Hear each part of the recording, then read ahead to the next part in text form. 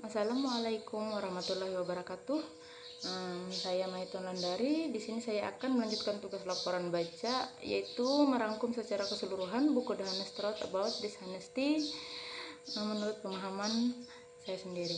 Jadi langsung saja, menurut pemahaman saya, buku ini membahas tentang mengapa dan bagaimana orang berperilaku tidak jujur, serta apa yang sebenarnya mendorong mereka itu berperilaku curang dalam kehidupan sehari-hari.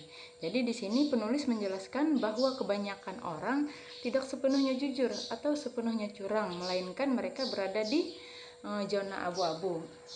Jadi kita sering berbuat curang dalam skala kecil, tapi agar tetap merasa diri kita adalah orang yang baik.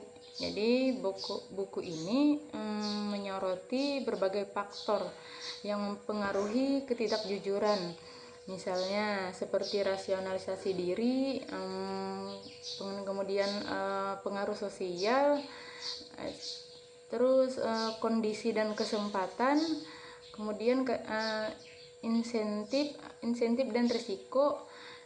Nah, itu tadi faktor-faktor yang mendorong kita berperilaku curang. Jadi buku ini juga membantu kita memahami agar mengapa orang lain bisa berbuat curang.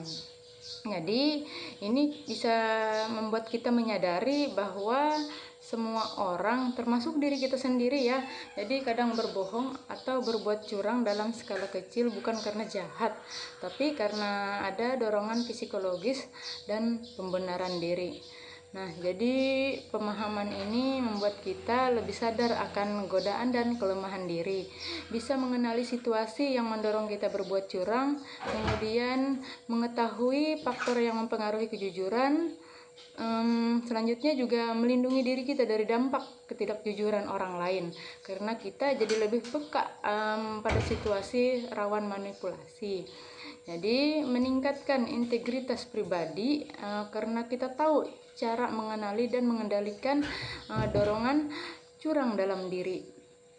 Jadi membuat kita menjadi lebih bijak dalam menilai perilaku manusia. Kita tidak mudah menghakimi orang lain sebagai orang jahat hanya karena orang itu ketahuan curang. Nah, kita tahu karena faktor psikologis lah yang mendorongnya berbuat perilaku curang tadi.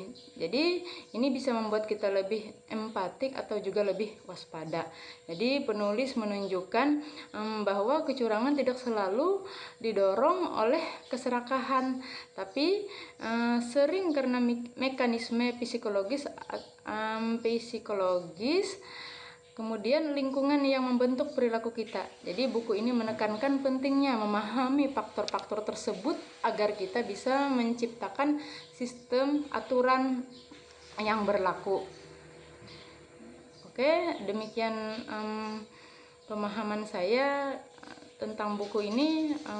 Salah kurangnya saya mohon maaf. Atas perhatiannya saya ucapkan terima kasih. Wassalamualaikum warahmatullahi wabarakatuh.